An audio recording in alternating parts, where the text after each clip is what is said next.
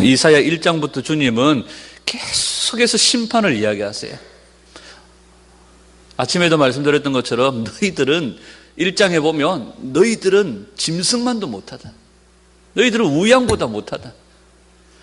내가 너희들에게 먹이고 입히고 너희들에게 모든 것을 공급해 줬는데 아니 어떻게 이렇게 나 몰라라 하고, 야 짐승도 이렇게 먹이면 밥값을 하는데 너희들은 도대체 어떻게 된 거냐.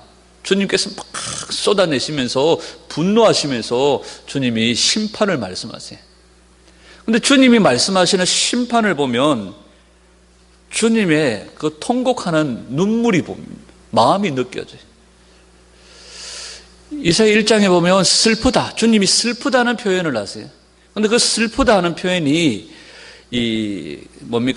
그 장례식장에 가면 통곡하는 자들, 유대인들은, 히브리인들은 이 애도하고 통곡하는 자들을 사가지고 자기가 계속 울 수가 없으니까 통곡하는 자들, 대신 울어주는 자들을 세워서 장례식장에 계속 그냥 울고 앉아있는 사람이 있습니다. 마치 그것처럼 장송곡에 나오는 슬픈 노래처럼 주님이 심판을 말씀하시면서도 그 백성들을 향한 아픔, 통곡, 하나님의 가슴 절절한 주님의 사랑이 거기에 배어져 있어요. 주님이 완전한 심판을 말씀하시는데 왜 완전한 심판을 말씀하시느냐 하면 완전한 심판이 있어야 주님께서 그 땅을 다시 거룩하게 회복할 수 있기 때문입니다. 그래서 심판이 없이는 구원이 없어요. 여러분, 심판이 있어야 구원이 있습니다. 근데 그 심판은 철저하고 완전한 심판이라고 말씀하세요. 완전하게 심판해야 불순물이 제거되어지고 찌꺼기가 제거되어지고 이제 깨끗하게 회복되어진다고 말씀하세요. 그래서 용광로에 쇳덩어리들이 완전하게 녹아져서 불순물이 다 제거되어지고, 그렇죠?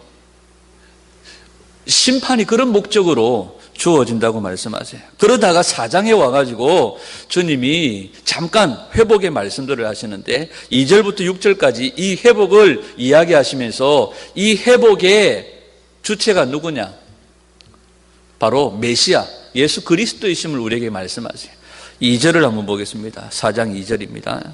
시작. 그날에 여호와의 싹이 아름답고 영화로울 것이요 그 땅의 소산은 이스라엘의 피난한 자를 위하여 영화롭고 아름다울 것이며, 성경에 보면요 하나님과의 관계가 정상적이고 하나님과의 관계가 정확하게 제대로 되어졌을 때에 하나님이 그 땅에 그들에게 주시마 약속하신 복이 뭐냐 하면 땅의 소산을 풍성하게 하겠다 이렇게 말해요.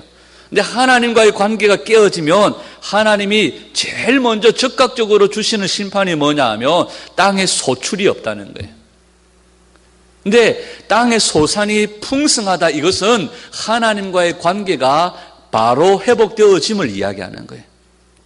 그래서 항상 구약 성경에 보면 기본적으로 3가지의 복이 주어집니다. 기름, 감람류, 그러니까 올리브 기름을 주실 것이요 곡식이 풍성할 것이요 포도주가 넘칠 것이다. 이게 3가지가 가장 사람들이 살아가는데 이스라엘 백성들에게 가장 기본적인 뭐라 할까요? 일용할 양식이라 할까요? 가장 기본적인 거예요. 그런데 하나님과의 관계가 깨어져 버리면 가장 기본적인 이것부터 쳐버리는 거예요. 그런데 오늘 보면 땅의 소산이 어떻게 될 거라고 말합니까? 땅의 소산이 그 피난한 자를 위하여 영화롭고 아름답게 될 것이다. 땅의 소산이 풍성하게 될 것이다 이렇게 말씀하세요. 그 이유는 바로 그 앞에 나오는 여호와의 싹이 아름답고 영화로울 것이요 여호와의 싹이라고 말하죠. 싹. 이사야 53장에도 보면 우리 예수님을 표현하면서 그는 뭐 같고? 어린 순 같고 이제 막 자라 올라오는 어린 순 같고 이렇게 표현을 하죠. 11장 1절에 보면 이새의 줄기에서 한 싹이 나오고 이렇게 말합니다. 이건 다 뭘 말하느냐 하면 메시아를 이야기합니다. 우리를 위해 보내주실 구원자 메시아를 이야기하죠.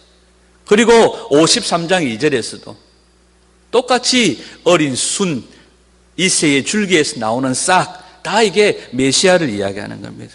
바로 공의와 정의로 세상을 다스리실 구원자, 메시아를 상징하는 거죠. 그 다음에 예레미야 23장 5절에도 보면 앞으로 오실 메시아를 소개하면서 다윗의 싹이다 이런 표현을 쓰세요. 그래서 오늘 이 4장 2절에 나오는 여호와의 싹이라고 표현되어진 이 말은 메시아를 소개하는 일반적인 표현이 바로 싹으로 표현되어지는 겁니다. 그래서 우리를 위해서 보내주실 구원자, 메시아, 우리가 만나고 경험한 예수 그리스도, 바로 그분이 오셔서 이 땅에 정의와 공의로 통치하시고 다스리실 것을 말씀하세요. 여러분, 하나님이 우리 가운데 임재하시면 하나님의 임재는 반드시 무엇을 가지고 오느냐 하면 하나님의 통치를 가지고 옵니다. 이 나라도 이 민족도 통치자가, 지도자가 똑바로 서 있으면 나라가 정상적으로 제대로 굴러가요. 그런데 역사적으로, 시대적으로 지도자 한 사람, 그 지도층이 무너져 버리고 부패해져 버리면, 그러니까 제대로 된 통치가 무너져 버리면 나라 전체가 풍지박산이 되는 거죠. 성경에서 똑같이 얘기합니다. 세상의 지도자들은 잘하기도 하고 못하기도 하지만 세상의 지도자들은 불완전하다는 거예요. 그러나 하나님께서 보내실 여호와의 싹, 이새의 줄기에서 나오는 여호와의 싹, 바로 메시아는 정의와 공의로 통치하시는 구원자시다. 그는 완전하다. 하나님의 영광이 임재한다 할 때에는 거기에는 바로 그 완전한 통치가 같이 오는 거예요. 그런데 자, 나라로 생각해 봅시다. 지도자가 맨날 술 퍼먹고 지맛대로 흥청망청 살면 백성이 불안해요, 안 불안해요? 불안하죠. 외세의 침략으로부터 보호를 받지 못해요. 우리나라 백제시대의 제일 마지막 왕이었던 걸상왕, 맨날 술 드시고 유흥을 즐기다가 외세 침략 막아내지 못하고 자기만 망하는 게 아니에요. 누가 망합니까? 전체가 그냥 나라가 쪽박을 차는 거죠. 그러니까 그 임금과 그 지도자를 보면서 백성들은 불안한 거예요. 그런데 통치가 완전하면 백성이 뭘 누려요? 평화를 누리는 거예요. 그리고 안전한 보호를 누리는 거예요. 그래서 우리 예수님의 별명이 뭡니까? 샬롬이세요. 그분은 공의와 정의로 완전한 통치를 이루심으로 그의 백성들에게 뭘 주십니까? 샬롬을 주셔요. 평화를 주시는 거예요. 그리고 그의 백성들은 안전한 보호를 받는 겁니다. 두려움 없이, 염려 없이 살아가는 거예요. 땅에 소산이 풍성하죠. 안전하죠. 보호받죠. 어떤 침략도 걱정 없죠. 그러니까 평화를 누리는 거예요. 이것을 지금 말씀하고 있는 거예요. 우리 주 예수님께서 완전한 통치, 공의와 정의로 통치하심으로 그의 백성들을 보호하시고 안전하게 이끄시고 평화를 누리게 하신다는 거예요. 바로 이분이 누구시라고요? 저와 여러분들의 주가 되시는, 그리스도가 되시는 바로 예수님이시라는 거죠. 여러분, 예수님은 우리의 완전한 통치자가 되십니다. 그분은 우리에게 안전과 평화를 주세요. 그분은 우리를 안전하게 보호하시는 분이신 줄 믿습니다. 아멘. 또 뭐 하시느냐? 자, 4절입니다. 4절 시작. 이는 주께서 심판하는 영과 소멸하는 영으로 시온의 딸들의 더러움을 씻기시며 예루살렘의 피를 그 중에서 청결하게 하실 때가 됨이라. 자, 우리 안에 있는 모든 더러움들을 씻어낸대요. 여러분, 우리의 죄의 문제, 인간의 가장 깊은, 가장 최고의 고민이 뭡니까? 죽음에 관한 문제잖아요. 성경은 뭐라고 말합니까? 죽음이 죄의 싹시라고 말해요. 죄의 열매입니다. 모든 사람이 다 한 번 죽고 그 후에는 심판이 있다고 말씀하시죠. 여러분, 사람은 이 죽음의 문제를 해결할 수 없습니다. 이 죽음은 죄로 말미암습니다. 그런데 우리 주 예수님이 이 죄의 문제를 말끔하게 씻기시고 깨끗하게 빨아서 완전하게 깨끗하게 하신다는 거예요. 새롭게 하신다는 거예요. 청결하게 하신다는 거예요. 무엇으로 청결하게 하십니까? 심판하는 영과 소멸하는 영으로 그들의 더러움을 씻기시며. 씻긴다는 표현을 볼 때 뭐가 떠오릅니까? 뭘로 우리는 씻습니까? 네? 기름. 세탁소에 맡기면 기름으로 빤다고. 자, 여기서 말하는 씻긴다 할 때에는 뭘로 씻습니까? 여러분 생각하는 그거 맞습니다. 그냥 얘기하시면 돼요. 자, 뭘로 씻어요? 여러분도 집에서 피로 빨래합니까? 혹시 세탁기에다 피 받아놨다가 양말 빨고 혹시 그러세요? 일단 자, 기본적으로 여러분들 너무 뛰어나셔가지고 너무 이렇게 앞서가시는 것 같아요. 자, 물로 씻잖아요. 물로 씻잖아요. 근데 성경에 보면 우리의 죄와 더러움을 씻을 때에 무엇과 무엇으로 씻는다고 말씀하세요? 물과 이제 그때 물과 피로 씻기신다는 거죠. 오늘 여기에서도 주님께서 우리의 더러움을 씻긴다 할 때에는 물과 피로 우리를 청결하게 하신다는 거예요. 여러분, 죄로 더러워진 우리는 물로는 안 돼요. 예수님의 피로 씻기시는 거예요. 자, 성막의 동쪽 문을 열고 성막의 문을 열고 들었으면 제일 먼저 만나는 기구가 뭐라고요? 번제단. 번제단의 짐승을 각을 떠서 태워드림으로, 그죠? 우리의 모든 죄를 주님 앞에 태워드리죠. 거기에 보면 피를 어디에 바릅니까? 제단의 네 뿔에다가 피를 발라요. 피를 발라요. 그리고 우리의 죄가 그 짐승에게로 옮겨지고 태워지고 깨끗하게 되어지는 거죠. 자, 그 다음에 번제단을 지나면 뭘 만납니까? 물두멍을 만나요. 물두멍에서 성소에 들어가기 전에 뭘로 씻어요? 뭘 씻어요? 수족을 씻습니다. 손과 발을 씻습니다. 그러니까 피와 물로 씻고 어디로 들어갑니까? 성소로 들어가요. 여러분, 우리의 더러움이 씻겨져야 되는데 성경은 물과 피로 씻는다고 말씀하시죠. 그리고 우리를 청결하게 하신다고 말씀하세요. 여러분, 우리가 오늘 부활주의를 맞이하고 지난 한 주간 고난주간을 맞이하면서 여러분들이 개인적으로 기도하든지 대표 기도를 하든지 항상 빠지지 않는 기도 내용 가운데 하나가 뭔지 아시죠? 우리를 위해서 무엇과 무엇을 다 쏟으시고 그렇게 안 하셨나요? 우리를 위해서 십자가에 못 박히사 무엇과 무엇을 쏟으시고 물과 피를 다 쏟으시고, 이건 안 가르쳐 줬는데도 교회밥을 조금만 오래 먹으면 이 기도가 자동적으로 나옵니다. 여기서 이제 한 5년 정도 교회 출석의 경과 시간이 조금 더 초과하면 이제 그 기도가 더해져가지고 어떤 기도가 나오는지 아십니까? 시방은 시작하는 시간이 오니 이제 이렇게. 이게 이제 모태가 무시 못하는 게, 오랫동안 우리가 말씀을 듣고 한 게 무시 못하는 게, 여러분, 예수님이 우리를 위해서 고난당하시고 십자가에서 물과 피를 쏟으시고 그 물과 피로 우리의 죄와 더러움을 깨끗하게 씻기셨다, 그렇게 말씀하시죠. 자, 그 다음에 5절입니다. 5절 시작. 여호와께서 거하시는 온 시온산과 모든 지폐 위에 낮이면 구름과 연기, 밤이면 화염의 빛을 만드시고 그 모든 영광 위에 덮개를 두시며, 6절 시작. 또 초막이 있어서 낮에는 더위를 피하는 그늘을 지으며 또 풍우를 피하여 숨는 곳이 되리라. 자, 여러분, 여기서 5절에 나오는 말씀을 읽을 때에 어디에 무엇과 연관이 되느냐 하면, 출애굽할 때에 이스라엘 백성들을 하나님께서 낮에는 뭘로 인도하시고? 구름 기둥으로 인도하시고 밤에는 불 기둥으로 인도하시고.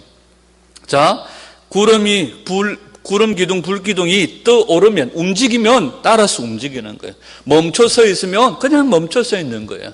낮에는 구름 기둥이 인도자가 되어지지만 뭐가 되어집니까? 그들의 그늘이 되어지기도 하고 그들의 보호가 되어지는 거죠. 불기둥도 마찬가지입니다. 그들을 추위 가운데 보호가 되어지고 그들의 인도자가 되어지는 거예요. 구름기둥, 불기둥은 그들의 걸음들을 인도해 갈 뿐만 아니라 뭐가 되어집니까? 그들의 그늘이 되어지고 그들의 보호가 되어지는 거예요. 오늘 5절에 보면 그 모든 영광에 뭘 두시고?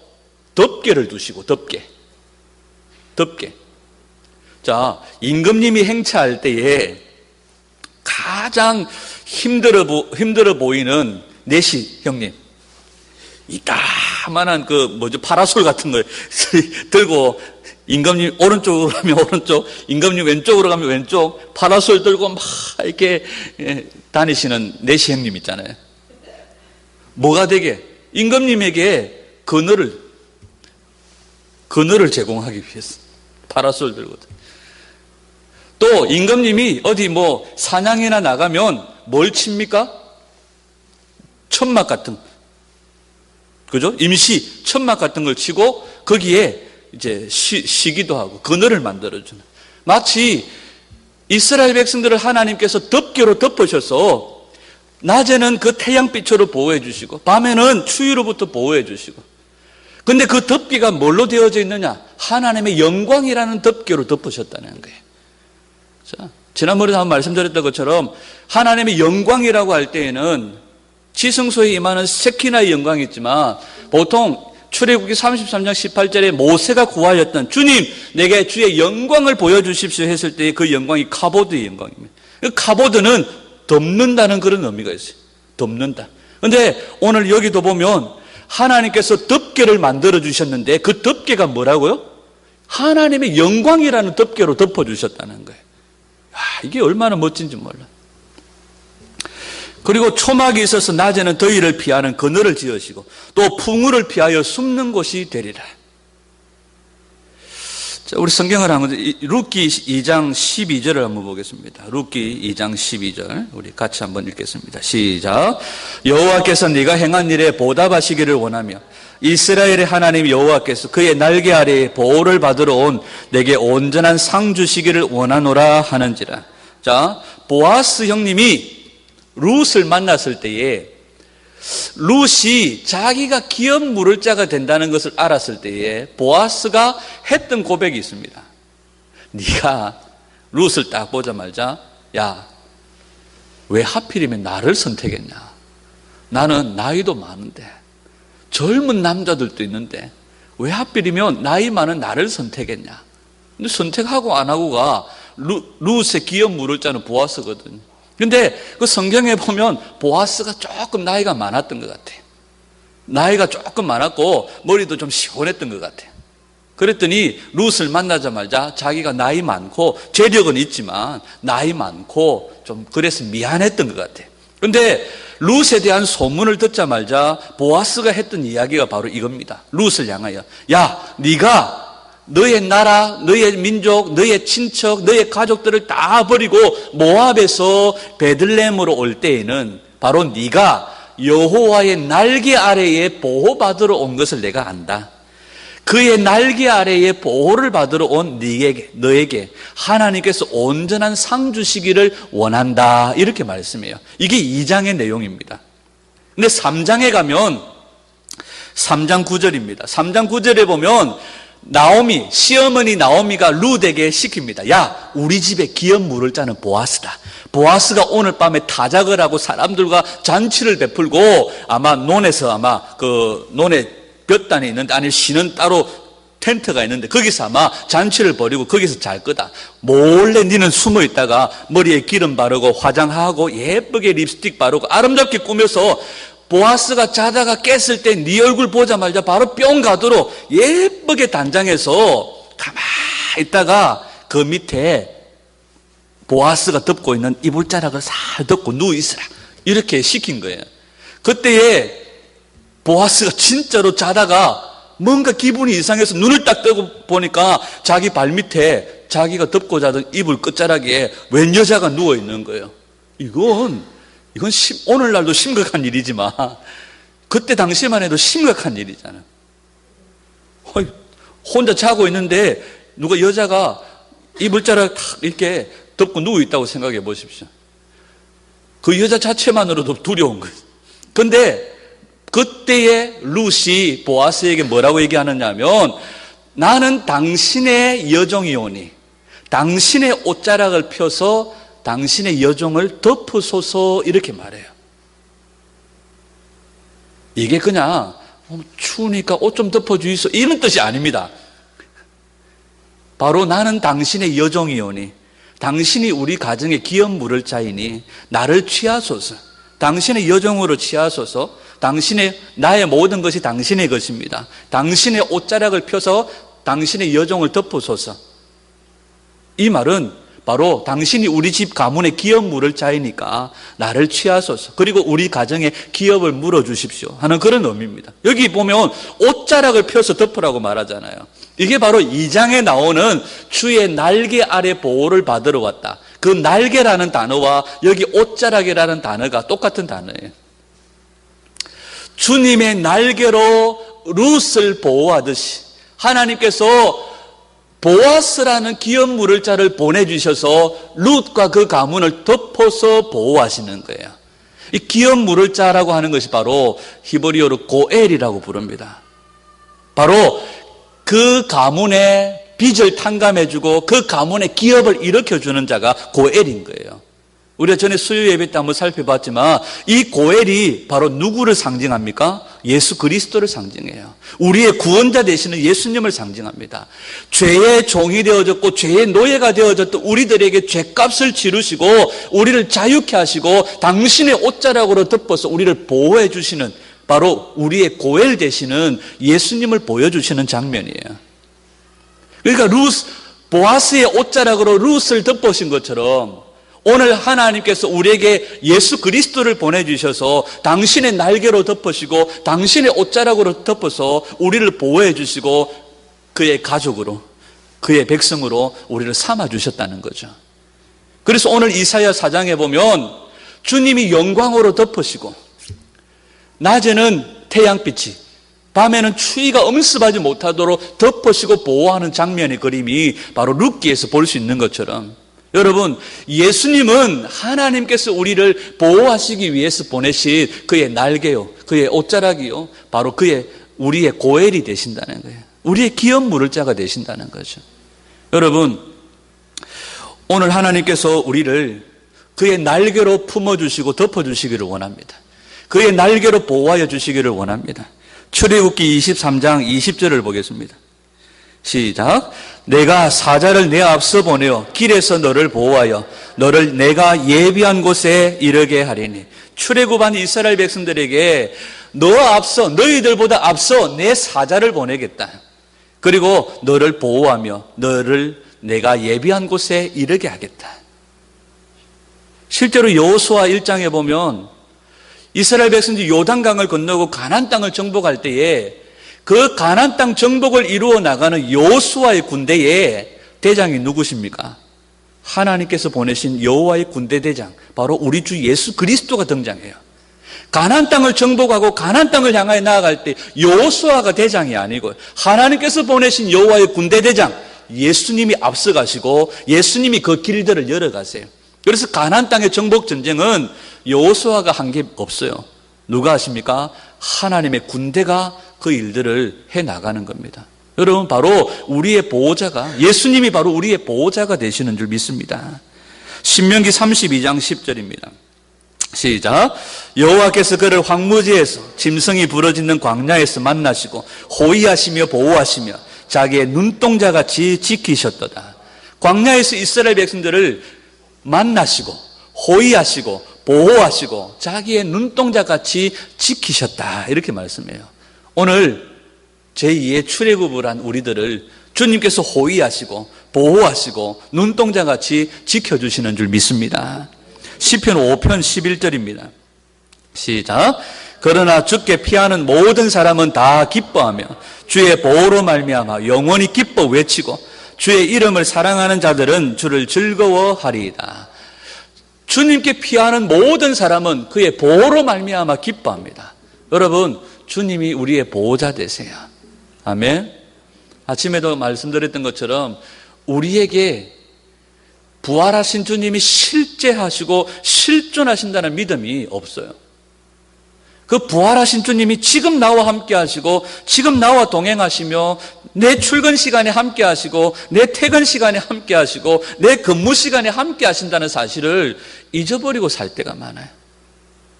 마치 출근할 때 집에 모셔놓고 나갔다가 퇴근할 때 주님 다녀왔습니다 그렇게 인사하는 것처럼 우리가 살아간다는 거죠. 여러분, 주님은 실제로 늘 우리와 동행하시고 아예 나와 함께 하시려고 내 옆에 자리를 잡으신 분이십니다. 그분이 내 옆에 계시면서 뭐 하실까요? 나의 보호자가 되시고 나를 호위하시는 거예요. 아멘. 이사야 4장 4절에 오늘 이 보호하심이 저와 여러분들에게 있기를 축복합니다. 자, 욥기 1장 10절을 한번 보겠습니다. 욥기 1장 10절. 시작. 주께서 그와 그의 집과 그의 모든 소유물을 울타리로 두르심 때문이 아니니까 주께서 그의 손으로 하는 바를 복되게 하사 그의 소유물이 땅에 넘치게 하셨음이니이다. 이거 누가 한 이야기입니까? 사탄이 한 이야기예요. 하나님께서 사탄에게 그렇게 얘기하면, 야, 내 종 욥을 유의하여 봤냐? 그랬더니 사탄이 한다는 말이 똑똑하죠, 제법. 하나님이 욥을 울타리를 쳐서 보호해 주시니까 욥이 잘 된 거 아닙니까? 그 울타리를 한번 걷어보세요. 욥도요, 하나님 배반하고 욕하고 하나님 원망하고 신앙 다 버립니다. 그래? 한번 해볼까? 하나님이 진짜 욥을 치고 있었던 울타리를 살짝 걷었습니다. 그런데 다른 사람과 다르게 욥은 그 입술로 범죄하지 아니하고 하나님을 인정하는 거예요. 근데 사탄이 했던 말입니다. 하나님이 욥을 어떻게 하고 계신다고요? 울타리를 쳐서 보호하신다고요. 전에 우리가 가지고 있던 개역 한글 성경에는 하나님이 산울로 두르셨다 이렇게 말씀하세요. 울타리로 둘러서 보호해 주셨다. 이걸 쉬운 성경에는 이렇게 나와 있습니다. 1장 10절 쉬운 성경 뒤에 능가라. 시작. 주께서 욥과 그 가정과 재산을 늘 지켜주지 않으셨습니까? 주께서 그가 하는 일마다 복을 주셔서 부유해진 것입니다. 쉬운 성경에 이렇게 나와 있어요. 주님이 울타리를 쳐주시고 주께서 그의 재산과 모든 재정을 보호해 주시고 주님께서 그가 하는 일마다 복을 주셔서 부유해 주셨다. 이게 욥에게만 가능한 일입니까? 욥에게만 허락하신 일입니까? 주님께 가까이 하는 자, 주님을 기뻐하는 모든 자에게 주님은 욥에게 하셨던 것처럼 울타리를 쳐주시고 보호자가 되어주시고 주님께서 호위하시고 눈동자처럼 지켜주시는 줄 믿습니다. 이 보호가 저와 여러분들의 가정에 있기를 축복합니다. 이사야 19장 20절입니다. 시작. 이것이 애굽 땅에서 만군의 여호와를 위하여 징조와 증거가 되리니 이는 그들이 그 압박하는 자들로 말미암아 여호와께 부르짖겠고 여호와께서는 그들에게 한 구원자이자 보호자를 보내사 그들을 건지실 것입니다. 하나님께서 그들에게 한 구원자, 한 보호자를 보내신다고 말씀하시는데 누구겠습니까? 예수님. 예수님이 바로 우리의 구원자, 우리의 보호자라고 말씀하세요. 그 구원자, 그 보호자이신 예수님이 우리를 산울로 둘러 지켜주시고 원수가 우리의 재정과 재물에 손 못 대도록 보호해 주시고 하나님의 복을 낚아채 가지 못하도록 하나님께서 울타리를 쳐주신다는 거예요. 마지막으로 한 군데만 봅니다. 민수기 14장 9절 시작. 다만 여호와를 거역하지는 말라. 또 그 땅 백성을 두려워하지 말라. 그들은 우리 먹이라. 그들의 보호자는 그들에게서 떠났고 여호와는 우리와 함께 하시느니라. 이게 갈렙의 고백입니다. 야, 그들의 보호자는 떠났다. 그러니까 우리가 가자. 밥처럼 묵부자. 그런데 우리의 보호자는 함께한다. 우리의 보호자 여호와 하나님은 우리와 함께한다. 보호자가 있는 것하고 없는 것하고 그것도 큰 차이지만 그들의 보호자는 힘이 없어. 우리의 보호자는 천지를 만드신 하나님이세요. 천지를 창조하신 하나님이 우리의 보호자가 되신다고 말씀하시는 거예요. 그분이 오늘 이사야 4장에서 낮에는 태양빛으로 보호해 주시고 밤에는 추위로부터 보호해 주시고 그가 영광이라는 하나님 영광이라는 덮개로 우리를 덮어주셔서 욥을 보호하셨던 것처럼 아무 소망이 없는 룻을 보호하셨던 것처럼 그래서 하나님께서 룻을 이새의 다윗의 할머니가 되게 하셨던 것처럼 하나님께서 오늘 한 구원자, 한 보호자 예수님을 우리에게 보내주셔서 우리를 보호하시고 지키시고 우리를 위해 예비하신 영원한 하나님의 나라로 끝까지 인도해 가신다고 말씀하시는 겁니다. 여러분, 세상을 두려워하지 마십시오. 그 땅의 백성들을 두려워하지 마십시오. 하나님이 우리의 보호자가 되십니다. 여러분, 우리가 오늘 부활을 실제로 믿는다면 그분이 오늘 살아계셔서 나와 함께 하십니다. 그분이 오늘 나와 함께 걸으시고 나와 함께 동행하십니다. 아멘. 그 보호자가 오늘 나와 함께 하세요. 그 보호자는 전능자이십니다.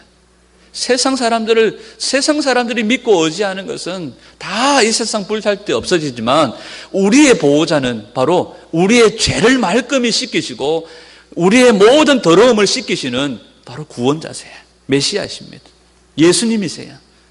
오늘 그 보호자 되시는 주님이 저와 여러분들의 모든 더러운 죄를 말끔히 씻겨주실 뿐만 아니라 낮에는 더위로부터 밤은 추위로부터 모든 짐승과 모든 원수의 공격으로부터 보호해 주시고 우리의 재산과 재물을 보호하실 뿐만 아니라 우리의 영혼을 든든히 지켜서 하나님 나라에 우리를 위해 예비되어진 새하늘 새 땅에 모두가 입성할 수 있도록 인도해 주심을 믿고 우리의 보호자, 우리의 구원자 되시는 예수님과 한 주간 더욱더 힘있게 살아가는 그런 저와 여러분들이 되시기를 주의 이름으로 축원합니다.